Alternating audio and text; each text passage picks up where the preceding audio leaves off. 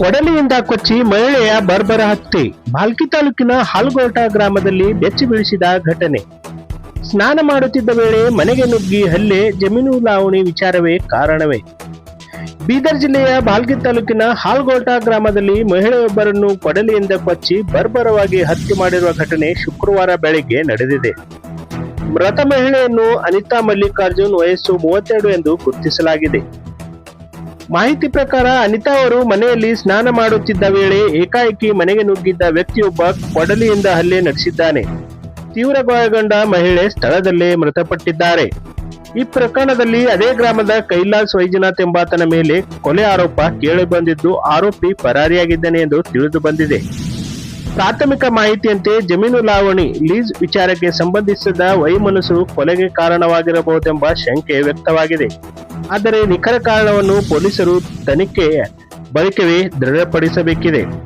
ಘಟನೆಯ ಮಾಹಿತಿ ತಿಳಿಯುತ್ತಿದ್ದಂತೆ ಖಟಕ್ಚಿಂಚೋಳಿ ಪೊಲೀಸ್ ಠಾಣೆಯ ಅಧಿಕಾರಿಗಳು ಸ್ಥಳಕ್ಕೆ ಭೇಟಿ ನೀಡಿ ಪರಿಶೀಲನೆ ನಡೆಸಿದರು.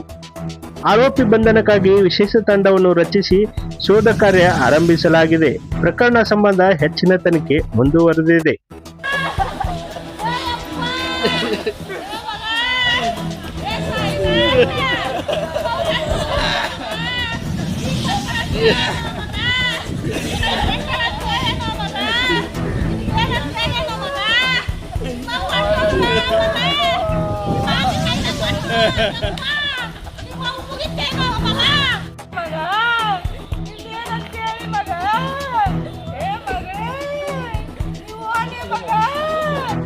ನಿಮ್ಮ ಮಗಳಿಗೆ ಏನಾಗ್ಯದ ಈಗ ಪ್ರತಿದಿನ ಕೂಲಿ ಕೊಟ್ಟು ನ್ಯಾಯ ಕೊಡ್ಸ್ಬೇಕು.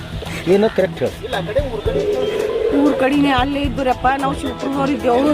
ನನ್ನ ಮಗಳಿಗೆ ಅಲ್ಲಿ ಊರಾಗ ಕೊಟ್ಟಿದ ಬಚ್ಚಲಾಗ ಮೈ ತಗೊಳಂತ ಅಂತ ಹೋಗ್ಯಾನ ಕೊಟ್ಟಿನೇ ಇಳಿಸ್ಯಾನಂತ ಈ ಕತ್ತಿ ಆಗ್ಯದಪ್ಪ. ನನ್ನ ಮಗು ಜರ ಫೋನ್ ಹಚ್ತೀವಿ, ಇವತ್ತು ಪೂರ ಕಲಸ್ಯಾಗ ಫೋನೇ ಹಚ್ಚಿಲ್ಲ. ಇಟ್ಟು ನೋವು ಬತ್ತಾಗ್ಯದ. ಹಾಗೆ ಶಿಕ್ಷೆ ಮಾಡಿದೆವು, ಕೇಸ್ ಮಾಡಿದೆವು ಹಾಟೆನ್ ಮೇಲೆ. ನೋಡಾರ ಅಂದ್ರು ಗಪ್ ಹಿಡ್ದೆವು. ಈ ಪೂರ ಜೀವನೇ ತೊಗೊಂಡಿಟ್ಟು ಯಪ್ಪ. ನನ್ನ ಮಗಳು ಹೊಂಟೋಯ್ತು, ಒಬ್ಬಕ್ಕಿ ಮಗಳು ಹಳೆಯಪ್ಪ, ಈ ಬರ್ಗಾಣ್ಸ್ ಮಕ್ಕಳು ಹಳೆಯಪ್ಪ. ನನ್ನ ಮಗಳು ಹೊಂಟೋಯ್ತು. ನಾ ಏನಂತ ಹೇಳಿ ನಿಮಗೀಗ? ನಿಮ್ಗೆ